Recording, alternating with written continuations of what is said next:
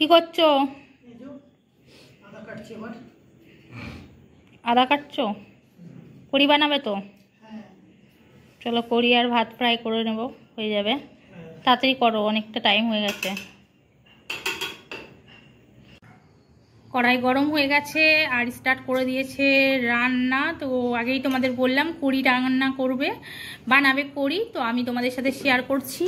দেখো আমার বর বানাচ্ছে, ওর সাথেই শেয়ার করছি। সব কিছু নিয়ে দেখো গুছিয়ে নিয়ে চালু করে দিয়েছে।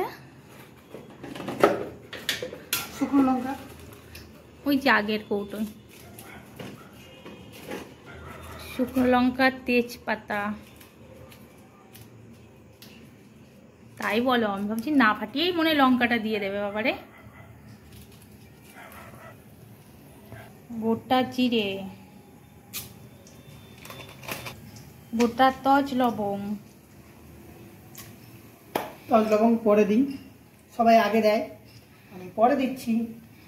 সেন্ট, তজটা পড়ার সঙ্গে সঙ্গে না হেবি সুন্দর একটা সেন্ট বেরিয়ে গেল তেল থেকে।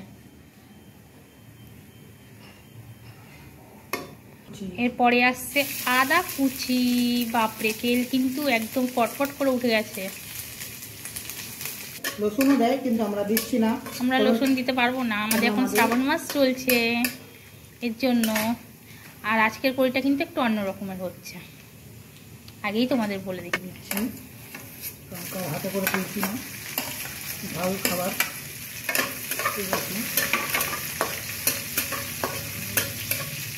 তারপর ডাইরেক্ট নুন দিতে দিতে কিন্তু নুন, গ্যাস কিন্তু একদম আস্তে রেখেছো তাই তো। তারপরে চলে যাচ্ছে হলুদ। আর একটা কথা কি জানো তো ফ্রেন্ড, মানে এই একঘেয়ে নিরামিষ খাচ্ছি তো, মানে নিরামিষ বলতে কি, সে পেঁয়াজ রসুনটা যদিও মাছ মাংস খুব একটা আমরা খাই না, কিন্তু গুঁড়ো মশলা, বাটা মশলা ঘরের দিয়ে দিচ্ছে। চলে গেল বাটা মশলা। তার জন্য আমরা বেশিটা সবজি খেলে একটু পেঁয়াজ রসুনটা খাই, মাছ মাংস ডিম যদিও না খাই, সেটাও খাচ্ছি না এখন। 1 মাসের কাছাকাছি, আজকে 23 দিন হয়েই গেল, তো খাওয়া হচ্ছে না। এই জন্য না আর সবজি খেতে ভালো লাগছে না, একঘেয়ে হয়ে গেছে। টমেটোতে দিয়েছি তাকি মশলাটা পুরো না যাবে। আর এর জন্য কিন্তু আজকে আমরা বললাম একটুখানি অন্যরকম খাবার খাওয়ার কথা। এখন কদিন ধরে ভাল লাগছে না, একটানা খাওয়া গেছে। আর একটা জিনিস ভুলে গেছি, চিনি দিচ্ছি। চিনিটা পরে দিলেও চলে, কোনো অসুবিধা নেই। চিনি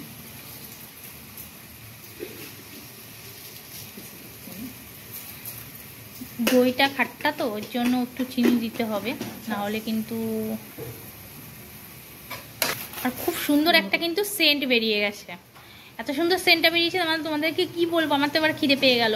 সেন্ট শুনে এখনো পর্যন্ত রান্না হয়নি, জানি না এতক্ষণ দাঁড়িয়ে থাকতে পারবো কিনা।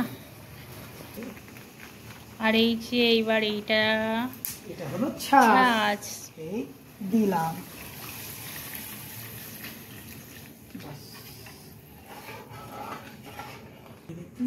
এই যে শুকনো কারি পাতা, ওই জন্য আমরা ওপর থেকেই দিচ্ছি।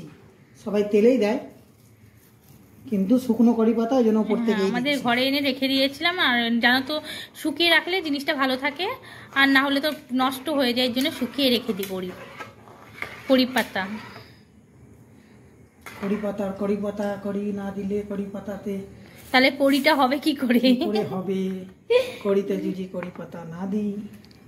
আর এই যে অল্প মিষ্টি দই রয়েছে, এটা টক দই বলেছিলাম, ছেলে মিষ্টি দই নিয়ে এসছে, মিষ্টি দই দিয়ে দেবে।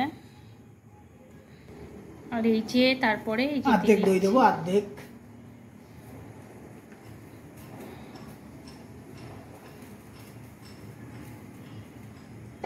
বেশি টাইম লাগে না করতে, একদম অল্প সময়ে জাস্ট মশলাটা ফোড়ন দিতে যা দেরি, একদম অল্প টাইমে গরম গরম ভাতের সাথে খুব ভালো লাগে। তৈরি হয়ে গেছে, এবার খালি নামাবার পালা আর খাওয়ার পালা।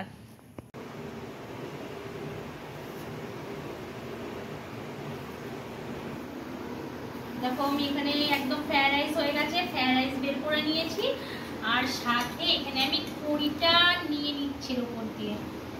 এত সুন্দর সেন্ট বেরিয়েছে কি বলবো, আমার তো মানে এখনই মনে হচ্ছে খেয়ে নি, এত গরম ধোঁয়া উঠছে কি বলবো। আর চলো যারা যারা খাবে চলে এসো। ও